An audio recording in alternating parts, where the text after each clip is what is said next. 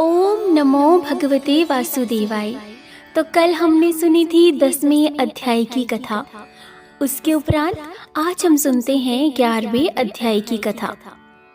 यमदूत कहने लगा कि हे वेश्य, मनुष्य को सदैव शालिग्राम की शिला में तथा वज्र या कीट गामती चक्र में भगवान वासुदेव का पूजन करना चाहिए, क्योंकि सब पापों का नाश करने वाले, सब पुण्यों को देने वाले तथा मुक्ति प्रदान करने वाले भगवान विष्णु का इसमें निवास होता है। जो मनुष्य शालिग्राम की शिला या हरिचक्र में पूजन करता है, वह अनेक मंत्रों का फल प्राप्त कर लेता है।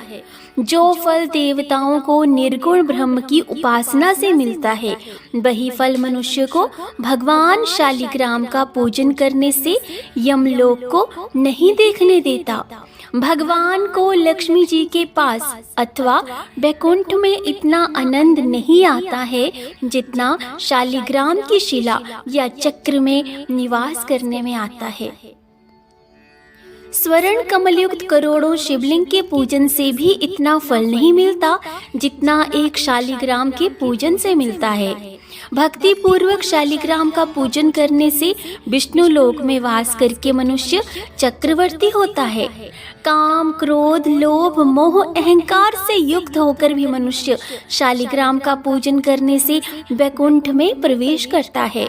जो सदैव शालिग्राम का पूजन करते हैं, वे प्रलय काल तक स्वर्ग में वास करते हैं। जो दीक्षा, नियम और मंत्रों से चक्र में बलि देता है, वह निश्चय करके विष्णु लोक को प्राप्त होता है। जो शालिग्राम के जल से अपने शरीर का अभिषेक करता है, वह मानो संपूर्ण तीर्थों में स्नान करता है। गंगा, रेवा, गोदावरी सबका जल शालिग्राम में वास करता है। जो मनुष्य शालिग्राम की शिला के सम्मुख अपने पिता का श्राद्ध करता है, उसके पितर कई कल्प तक स्वर्ग में वास करते हैं। और जो लोग नित्य शालिग्राम की शिला का जल पीते हैं, उनके हजारों बार पंचगव्य पीने से क्या प्रयोजन। यदि शालिग्राम की शिला का जल पिया जाए तो सहस्त्रों तीर्थ करने से क्या लाभ। जहाँ पर शालिग्राम है, वह स्थान तीर्थ स्थान के समान ही है। वहाँ पर किए गए संपूर्ण दान, होम करोड़ों गुना फल को प्राप्त होते हैं। जो एक बूंद भी शालिग्राम का जल पीता है, वे माता के स्तनों का दुग्धपान नहीं करता, अर्थात उसके उपरांत उसे जन्म नहीं लेना पड़ता। वे कभी भी गर्भाशय में नहीं आता है। शालिग्राम शिला में जो कीड़े मकोड़े एक कोस के अंतर पर मरते हैं, वे भी वैकुंठ को प्राप्त होते हैं। जो फल वन में तप करने से होता है, वही फल भगवान को सदैव स्मरण करने से प्राप्त होता है। मोहवश अनेक प्रकार के घोर पाप करने वाला मनुष्य भी भगवान को प्रणाम करने से नरक में नहीं जाता। संसार में जितने तीर्थ और पुण्य स्थान हैं, भगवान के केवल नाम मात्र के कारण से ही वह सभी मनुष्य को प्राप्त हो जाते हैं। तो आज हमने सुना माघ मास महात्म्य का 11वां अध्याय। जब हमने शालिग्राम के महत्व के विषय में, उनकी पूजा के विषय में जान ही लिया है, तो आइए इसी के साथ हम सुनते हैं आज तुलसी चालीसा। श्री तुलसी महारानी करूं विनय सिरनाय, जो मम हो संकट विकट, दीजै मात नशाय, दीजै मात नशाय। नमो नमो तुलसी महारानी, महिमा अमित ना जाए बखानी। दियो विष्णु तुमको सन्माना, जग में छायो सुयश महाना। विष्णु प्रिया जय जयति भवानी, तिहु लोक की हो सुख खानी। भगवत पूजा कर जो कोई, बिना तुम्हारे सफल ना होई। जिन घर तव नहीं होए निवासा, उस पर करहि विष्णु नहीं वासा। करे सदा जो तव नित सुमिरन, तेहि के काज होए सब पूरन। कार्तिक मास महात्म तुम्हारा, ताको जानत सब संसारा। तब पूजन जो करे कुवारी, पावे सुंदर वर सुकुमारी। कर जो पूजा नित प्रीति नारी, सुख संपत्ति से होए सुखारी। वृद्धा नारी करे जो पूजन, मिले भक्ति हो वे पुलकित मन। श्रद्धा से पूजे जो कोई, भवनिधि से तर जावे सोई।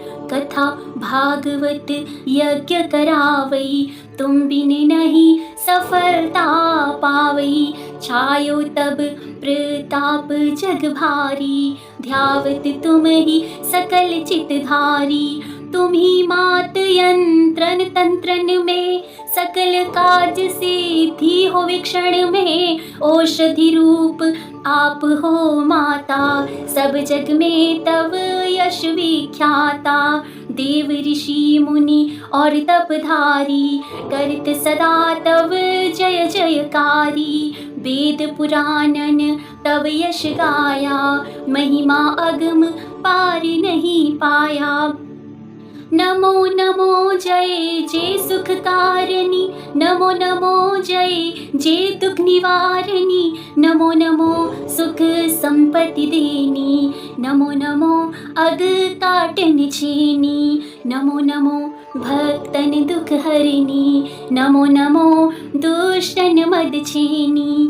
नमो नमो भव पार उतारणी, नमो नमो परलोक सुधारणी। नमो नमो निज भक्त उवारणी, नमो नमो जन काज सवारणी। नमो नमो जय कुमति नशावनी, नमो नमो सब सुख उपजावनी। जयति जयति जय तुलसी माई, ध्याऊं तुमको शीश नवाई।